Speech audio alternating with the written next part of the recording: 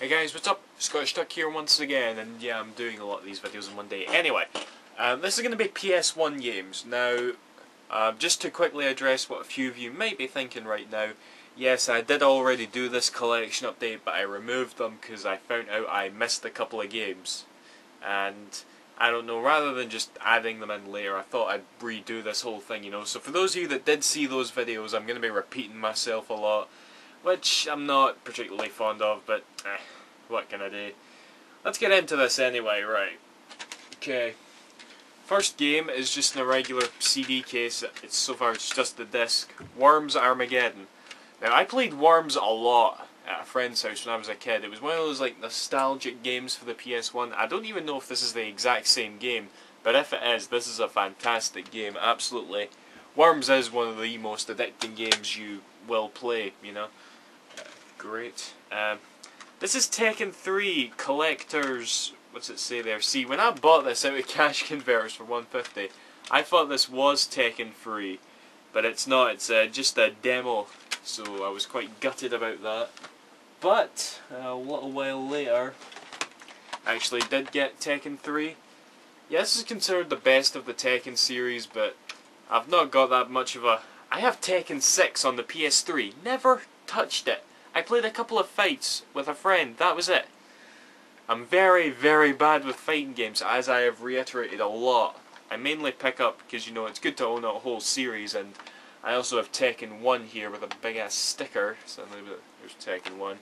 But Tekken 3 is considered the best from what I've heard, and it is a good series, I'm aware. So yeah, Tekken. Right. Here we have, oh crap, it's over here, isn't it? Because I was playing it right now. Yeah. Final Fantasy 7, Final Fantasy 8, and Final Fantasy 9. Okay. Now, I've completed Final Fantasy 7 and 9, and I'm currently playing for 8, and so far I'm liking it. Yeah. But it's always pissed me off because everyone takes the mick out of these games saying they're stupid for the time, or they have aged horribly, or all of this time they were really bad. I think everyone's just being a little bitch like that because Final Fantasy 13 was so bad, at least to me. But really, I'm just giving credit where credit's due. And credit says these games were really, really good, you know, for the time. Well, they're still good today. I mean, Final Fantasy 7, I played this back in 2007, okay? And I remember playing a friend's copy, and then all of a sudden his copy stopped working, and I was like, fuck. And I was genuinely upset that I went online and bought my own copy. So, they're damn good games, they really are. And if you don't like them, fair enough, but just, you know, like I say, give credit where credit is due. But yeah, awesome.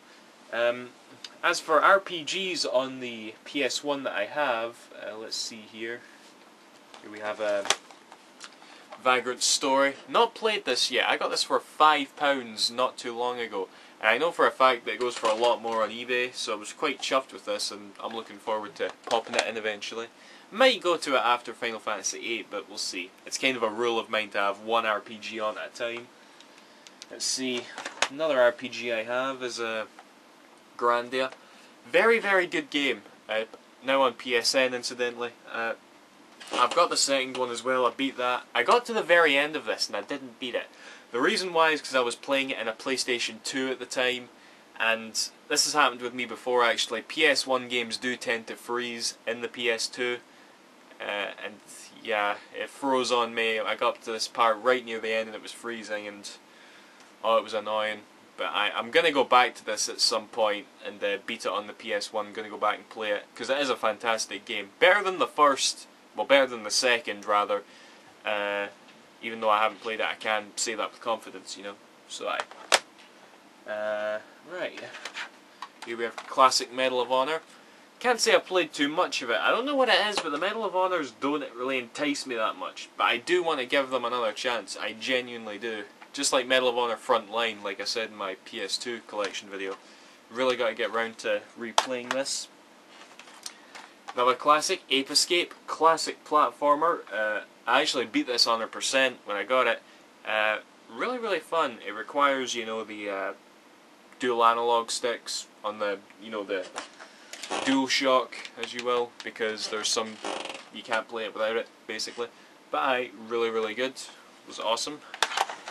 Haven't played Escape 2 or 3, I need to get round to that. Right, let's talk about these games right now.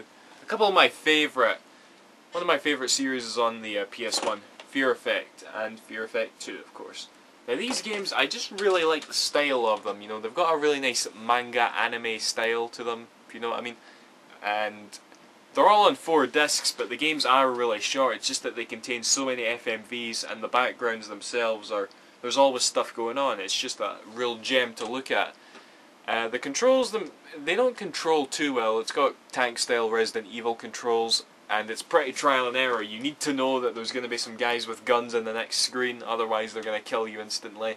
It's quite unfair in that regard, but you will die a lot in this game. It's like Dragon's Lair, okay? The deaths are half the fun. They really are. You know, you've got to play one of them and you'll see what I'm talking about. But I actually didn't beat Fear Effect 2. I got to the end and it was asking me to do this whole boring stuff, like there was this board game I had to play, but I was enjoying it greatly and I probably will go back and beat it eventually. But Fear Effect, I do like those games a lot. The third game was supposed to come out for the PS2 but unfortunately got cancelled. Sucks like, but what you gonna do? Okay, here we have Dead or Alive. Dead or Alive is seriously one of my all-time favourite fighting games from, well, I first played 2 on the Dreamcast and 4 on the 360 is where I met a lot of friends actually. But this one, it's not complete as you can see, it's just the disc. I want to get around to rebuying it. I believe there was a version on the Saturn, so I'll probably pick that up. But yeah, Dead or Alive, I love the series. That game's... I didn't even play that much of it, so yeah, Dead or Alive, awesome. Dino Crisis, really awesome game from the makers of Resident Evil. Yeah, it's in full 3D rather than pre-rendered backgrounds, and it's pretty damn good. It kind of like, it's in a way it's kind of the same as Resident Evil, but they do some things differently that I really like.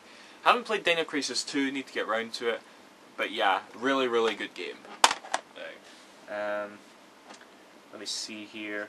Speaking of which, I do own Resident Evil 2 for the PS1, but a friend of mine currently has it, the bastard. Yeah, he currently has it. I'm never going to see it again, basically. I'm thinking about buying it again for the Dreamcast anyway. But we'll see. Maybe he'll be nice one day and give me it back. You never know. Right. Time Crisis. Time Crisis is my favourite arcade game, by the way. You don't get arcades a lot over here, but whenever I was at an arcade, I always would check for a Time Crisis. You know, doesn't matter what number, I love Time Crisis. And this one, it's not exactly the same as the arcade, but still loads of nostalgia for it, seriously. And I don't have a light gun, so I got to play it with a controller, but I know the game well enough anyway, so usually I can work around that problem. Right.